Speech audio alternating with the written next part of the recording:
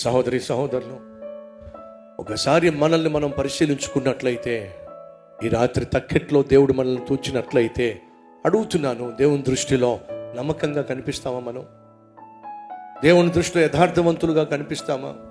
దేవుడు మనకిచ్చినటువంటి బాధ్యతలను నమ్మకంగా యథార్థంగా నిర్వర్తిస్తున్నటువంటి తండ్రిగా కానీ, తల్లిగా కానీ, భర్తగా కానీ, భార్యగా కానీ, బిడ్డలుగా కానీ, సేవకుడిగా, సేవకురాలిగా, ఉద్యోగస్తుడిగా, వ్యాపారవేత్తగా దేవుని దృష్టిలో నమ్మకస్తుడిగా నువ్వు కనిపిస్తావా? కనిపిస్తే మంచిది. ఒకవేళ ఆయన తక్కెట్లో పెట్టి మనల్ని తూచినప్పుడు తక్కువగా కనిపిస్తే దేవుని దృష్టిలో యథార్థంగా ఫలించేవారిగా జీవిద్దాం.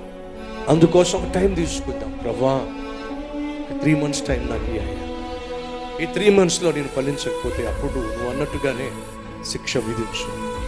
ఒక 6 months టైం ఈ ప్రభువా, ఈ 6 monthsలో నేను ఫలించకపోతే, నా సేవ ఫలించకపోతే, నా ఆత్మీయత ఫలభరితంగా ఉండకపోతే, నాకు ఇచ్చిన సంఘం ఫలభరితంగా ఉండకపోతే, నా కుటుంబం ఫలభరితంగా ఉండకపోతే నువ్వు అన్నట్టుగానే శిక్షించు ప్రభువా.